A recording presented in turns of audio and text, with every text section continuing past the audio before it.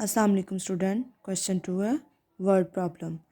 यहाँ पे हम वर्ड प्रॉब्लम क्वेश्चन सॉल्व करेंगे। फर्स्ट है in 1 month Jannat sold 770 birthday cards and 229 wedding cards.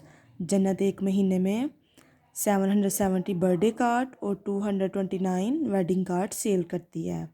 How many card did she sell. अब हम इनको ऐड करते हैं और देखते हैं कि वो कितने कार्ड सेल करती है एक महीने में।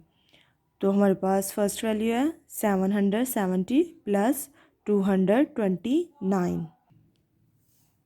इनको ऐड करते हैं। 0 प्लस 9, 0 की कोई वैल्यू नहीं है तो यहाँ पे क्या आ जाएगा 9। नेक्स्ट है 7 प्लस 2, 7 में हम 2 ऐड करेंगे तो क्या वैल्यू आ जाएगी 9। नेक्स्ट भी हमारे पास नंबर है 7 प्लस 2, तो यहाँ भी हमारे पास इनको ऐड करने से क्या वैल्यू आ जाएगी 9। तो इनको ऐड करने के बाद हमारे पास क्या वैल्यू आई है 999। तो एक महीने में कितने कार्ड सेल करती है जन्नत 999। बाकी क्वेश्चन भी आपके एडिशन के हैं। तो स्टूडेंट आपने इसी मेथड से इनको सॉल्व करना है।